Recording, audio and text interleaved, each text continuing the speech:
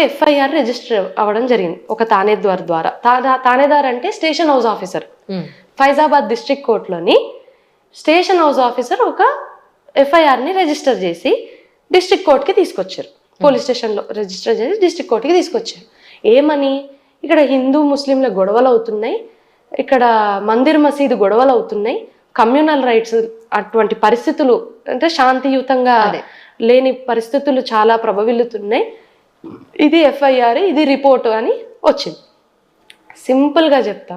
Next day ఏమైందంటే మసీద్ యొక్క ముత్తవల్లి వచ్చాడు కోర్టుకి. ముత్తవల్లి అంటే సూపరింటెండెంట్ ఆఫ్ ద మాస్క్. మసీదుకి సూపరింటెండెంట్స్ ఉంటారు అన్నట్టు.